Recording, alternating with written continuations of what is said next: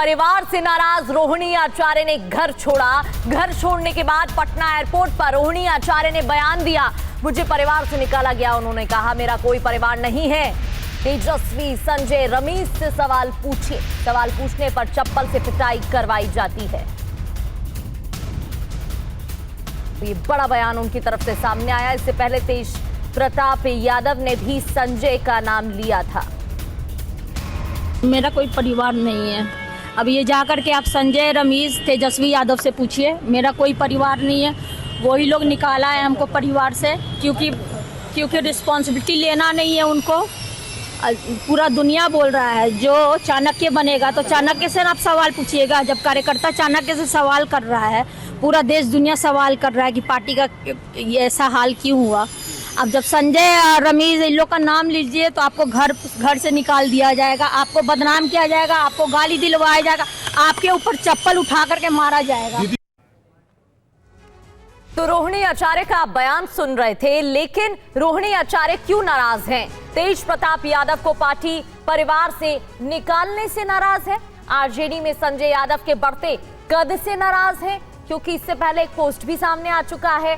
बिहार चुनाव में टिकट ना मिलने से नाराजगी है। बिहार चुनाव में आरजेडी की करारी हार से या लालू परिवार में अपनी उपेक्षा होने से, ये तमाम सवाल अब खड़े हो रहे हैं। और हमारे सहयोगी आकाश वत्स हमें ज्वाइन कर चुके हैं।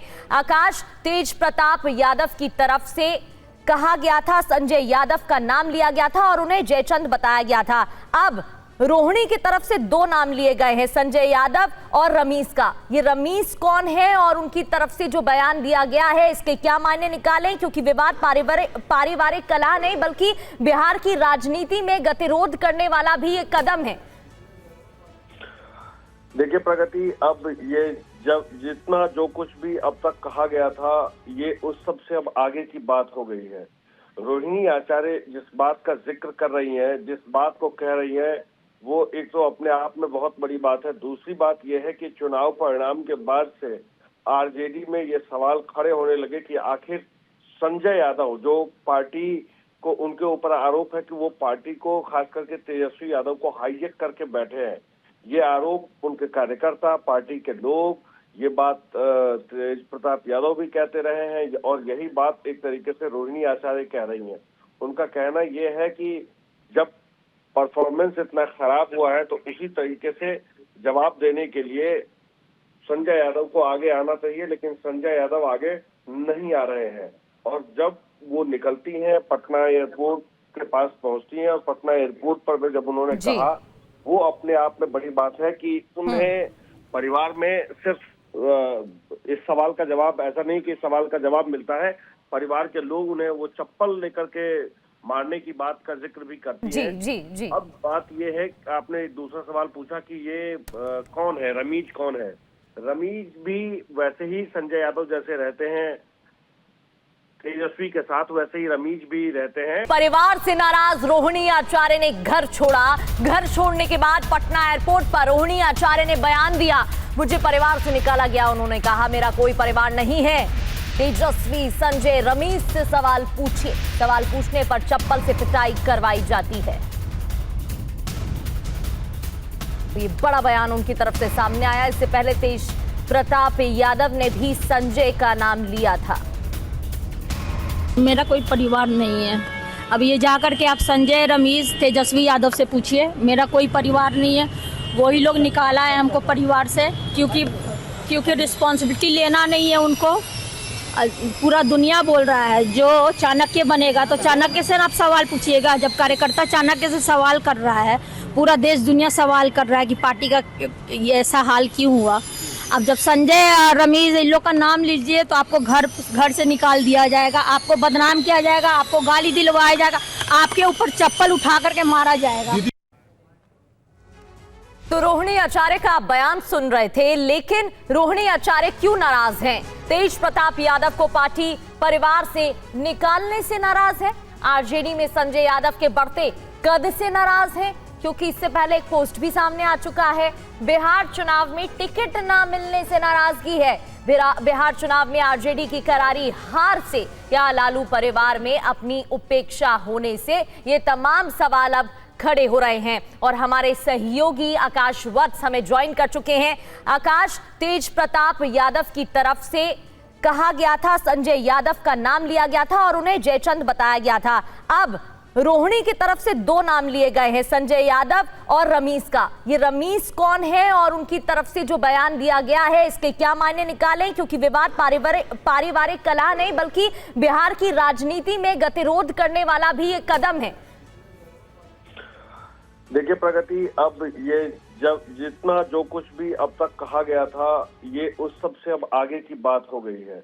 रोहिणी आचार्य जिस बात का जिक्र कर रही हैं, जिस बात को कह रही हैं, वो एक तो अपने आप में बहुत बड़ी बात है। दूसरी बात यह है कि चुनाव परिणाम के बाद से आरजेडी में ये सवाल खड़े होने लगे कि आखिर संजय यादव, जो पार्टी को उनके ऊपर आरोप है कि वो पार्टी को, खास करके तेजस्वी यादव को हाईजैक करके बैठे हैं, ये आरोप उनके कार्यकर्ता, पार्टी के लोग, ये बात तेज प्रताप यादव भी कहते रहे हैं और यही बात एक तरीके से रोहिणी आचार्य कह रही हैं।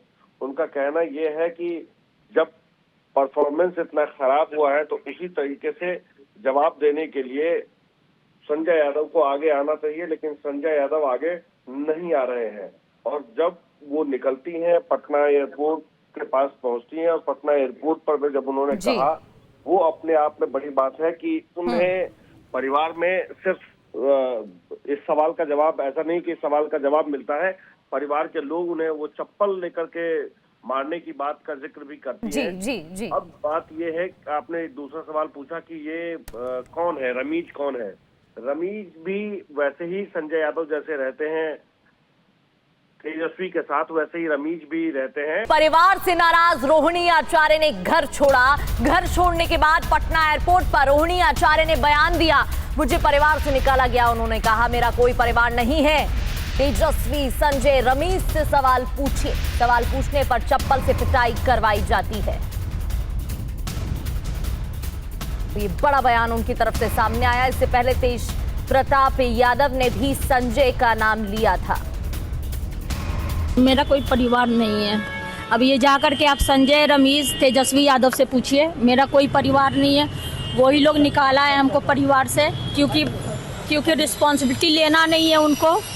पूरा दुनिया बोल रहा है जो चाणक्य बनेगा, तो चाणक्य से आप सवाल पूछिएगा। जब कार्यकर्ता चाणक्य से सवाल कर रहा है, पूरा देश दुनिया सवाल कर रहा है कि पार्टी का ये ऐसा हाल क्यों हुआ।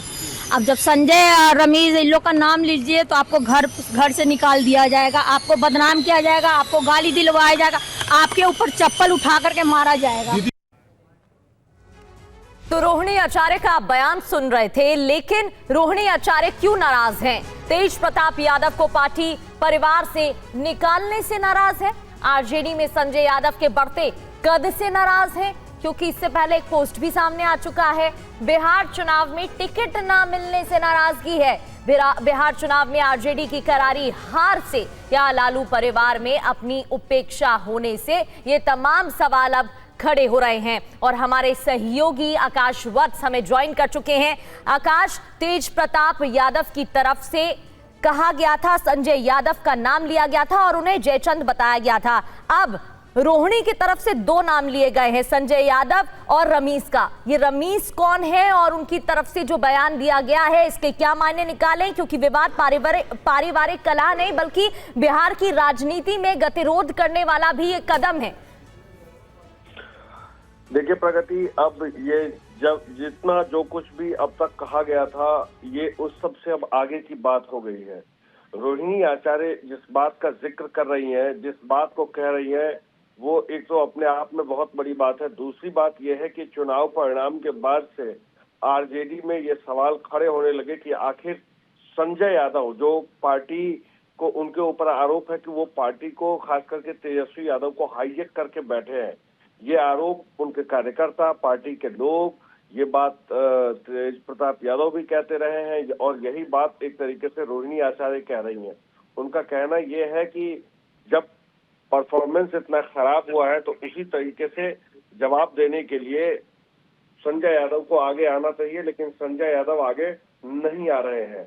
और जब वो निकलती हैं, पटना एयरपोर्ट के पास पहुंचती हैं और पटना एयरपोर्ट पर जब उन्होंने कहा, वो अपने आप में बड़ी बात है कि उन्हें परिवार में सिर्फ इस सवाल का जवाब, ऐसा नहीं कि इस सवाल का जवाब मिलता है, परिवार के लोग उन्हें वो चप्पल लेकर के मारने की बात का जिक्र भी करती जी है। जी जी। अब बात ये है, आपने एक दूसरा सवाल पूछा कि ये कौन है, रमीज कौन है।